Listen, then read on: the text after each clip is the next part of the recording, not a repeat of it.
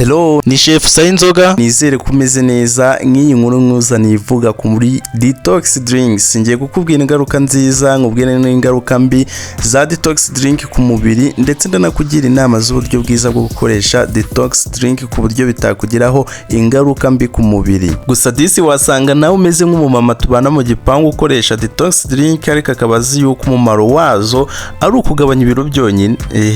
Reka nkwibwirire, detox drinks ni ibinyobwa bifasha gusohora uburozi bwimbitse mu mubiri binyuze mu mwijima n'impyiko. Akenshi bikorwa hifashishijwe ibirungo nk'imbuto, imboga n'ibinyobwa bifite antioxidant n'intungamubiri zitandukanye.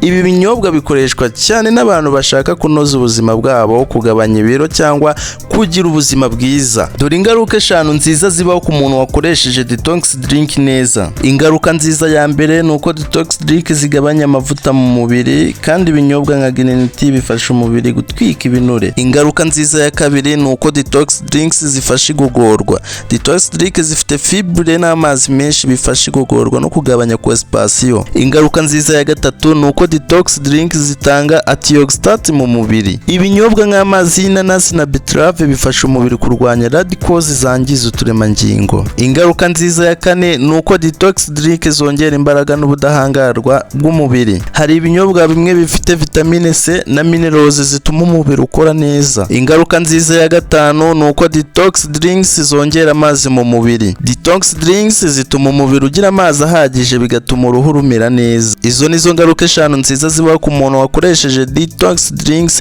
Gusa nawe ngo reka turebe n'ingaruka 5 mbi zibaho ku muntu wakoresheje detox drinks. Ingaruka mbi ya mbere ni uko detox drinks zishobora kugutera ibibazo by'igifu. Vinegere nyinshi cyangwa indimu bishobora kugutera uburyaryate mu gifu. Ingaruka mbi ya kabiri ni uko detox drink zishobora kugabanya intungamubiri mu mubiri. Detox irenze ishobora gutuma umubiri ubura intungamubiri zimwe, kuko detox drink ziba zifite calories zihagije. Ingaruka mbi ya gatatu ni uko detox drink zishobora gutuma ubura amazi mu mubiri, cyangwa icyo twita dehydration. Kunywa detox nyinshi cyane bishobora gutuma umubiri utakaza amazi menshi, cyane cyane ku bantu bakunda gukoresha juice ya celery. Ingaruka mbi ya kane ni uko detox drink zishobora kugabanya ingufu. Iyo wifashishije detox drink gusa nk'ifunguro, ushobora gutakaza ingufu, kuko umubiri uba ukeneye ibiribwa bifite protein na carbohydrates kugira ngo ugire ingufu. Ingaruka mbi ya gatanu ni uko detox drinks zishobora gusaba umubiri umwanya wo kwiyongera. Kunywa detox iminsi myinshi bishobora gutuma wumva unaniwe, kuko umubiri uba uri kwiyegeranya. Dore inamenye ukwiye gukurikiza niba nawe ukunda gukoresha detox drinks. Inama ya mbere ni ukwishingikirize kuri detox drink gusa, kuko ntibisimbura indyo yuzuye. Inama ya kabiri, koresha detox drink mu buryo buringaniye, ntukarenze urugero, kuko umubiri ufite uburyo busanzwe bwo kwisukura. Inama ya gatatu, irinda ibintu birimo detox zikabije nk'ibinini cyangwa ibisukura bikabije, kuko bishobora kugira ingaruka mbi ku mubiri. Inama ya kane ari nayo ya nyuma, niba ufite uburwayi bw'igifu cyangwa diyabete, banza ugisha inama muganga mbere yo gukoresha detox drinks. Izi nama uko ari enye nkugiriye nuzikoresha, ndakeka nta ngaruka mbi uzagira ku mubiri ngo nuko wakoresheje detox drinks.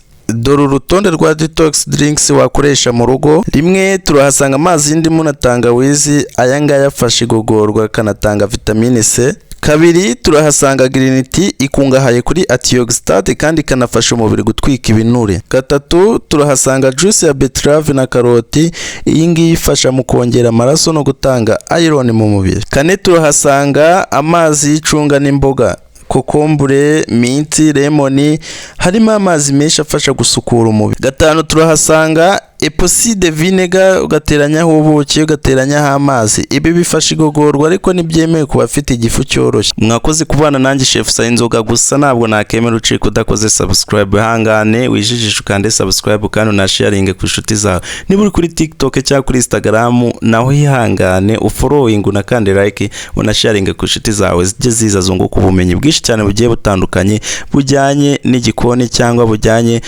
no kuba umuntu yagira ubuzima bwiza. Aha ni kuri channel yanyu yitwa chef Sayinzoga, niho tuzajya dusanga ibintu byinshi bigiye bitandukanye. Ndabakunda cyane rero, reka dusubire muri video y'ubutaha. Gusa mwibuke gusiga comment. Murakoze cyane, ibihe byiza.